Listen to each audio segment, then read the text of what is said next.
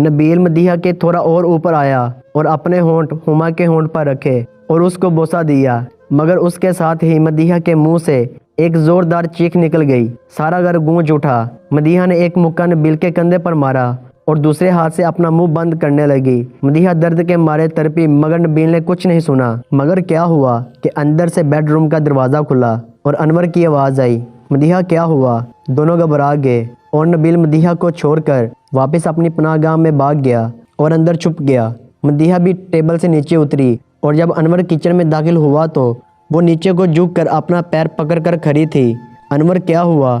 کیوں چیخی تھی اتنی زور سے؟ کچھ نہیں، وہ میں ٹیبل اتارنے لگی تو میرا پاؤں مڑ گیا اچانک، اس لیے میری چیخ نکل گئی۔ انور نے مدیحہ کا ہاتھ پکڑا اور اندر بیڈ روم کی طرف لے جانے لگا۔ چند قدم لڑکھڑا کر چلنے کے بعد مدیحہ ٹھیک ہو گئی اور انور اسے لے کر باتھ روم میں گھس گیا اور دونوں ہی ایک ساتھ شاور لینے لگے۔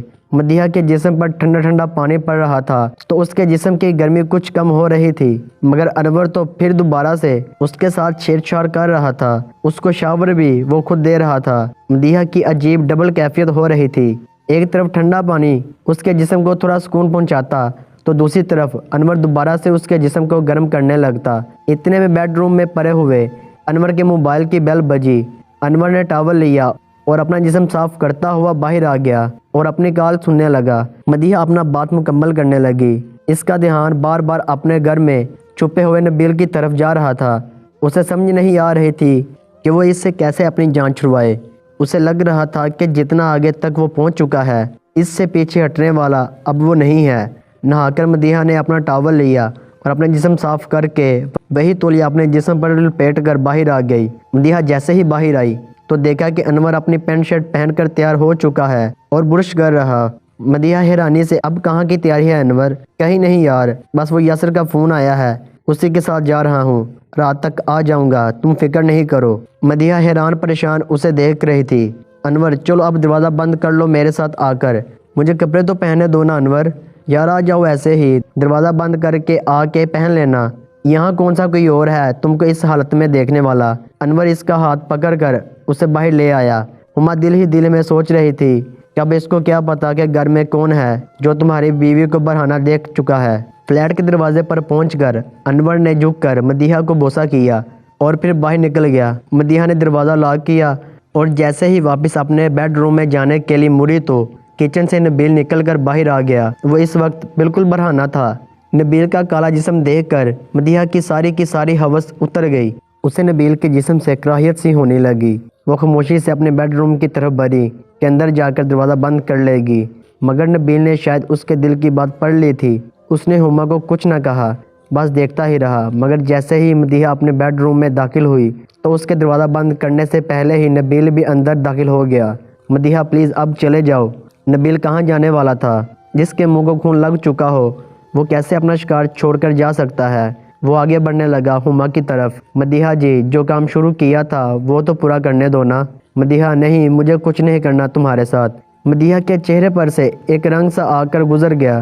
نبیل ہما کے قریب آیا، اس کے پیچھے کھڑا ہو گیا، اپنے دونوں ہاتھوں کو اس کے کندھوں پر رکھا اور اسے دھکیلتا ہوا آئینے کے سامنے لے گیا۔ ہما نے آئینے میں اپنا اور نبیل کا عکس دیکھا تو اسے بہت عجیب لگا۔ نبیل نے اپنی ایک انگلی سے ہما کا تولیہ کھول دیا جو ایک ہی لمحے میں نیچے گر گیا اور ہما آئینے کے سامنے بالکل برہنہ کھڑی تھی۔ مدیحہ نے فوراً اپنے دونوں ہاتھوں سے اٹھانا چاہا مگر نبیل اس کے پیچھے کھڑا تھا۔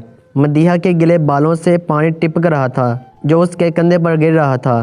نبیل نے نیچے کو جھک کر اپنے ہونٹ ہما کے کندھوں پر رکھے اور اس کو چوم لیا اور اپنے ہونٹوں کے ساتھ مدیحہ کے کندھے پر ٹپکے ہوئے اس کے بالوں کے پانی کو چوس لیا۔ ہما تڑپی اور اس کے پورے جسم میں ایک کپکپی سی اڑ گئی۔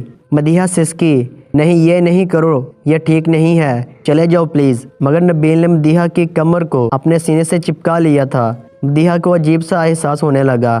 وہ اپنی اس کیفیت کو کنٹرول کرنا چاہ رہی تھی جو اس کے کنٹرول سے باہر ہوتی جا رہی تھی۔ نبیل مدیحہ کی جلتی بجھتی آگ کو تیز کر رہا تھا۔ مدیحہ کی نظر آئینے میں اپنے پیچھے کھڑے نبیل کے بدصورت چہرے اور جسم پر پڑتی تو اسے برا لگتا، مگر پھر ایک دم اس کی کیفیت ہی بدل جاتی۔ آخر مدیحہ نے اپنی آنکھیں ہی بند کر لی۔ نبیل اس کی گردن کو بوسہ دے رہا تھا اور اپنی زبان سے اسے چاٹ بھی رہا تھا۔ نبیل کی زبان تو جیسے جلدی پر تیل کا کام کر رہی تھی۔ ہما کے منہ سے نکلنے والی سسکاریاں کی آواز تیز ہوتی جا رہی۔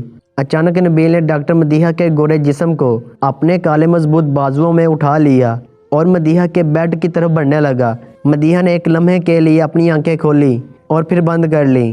نبیل نے چلتے ہوئے مدیحہ کے گال کو بوسہ کیا اور پھر اسے لے جا کر بیڈ پر لٹا دیا۔ مدیحہ کا پورا جسم ہی لرز اٹھا اور مدیحہ کے پورے جسم میں کرنٹ سا پیدا ہو رہا تھا۔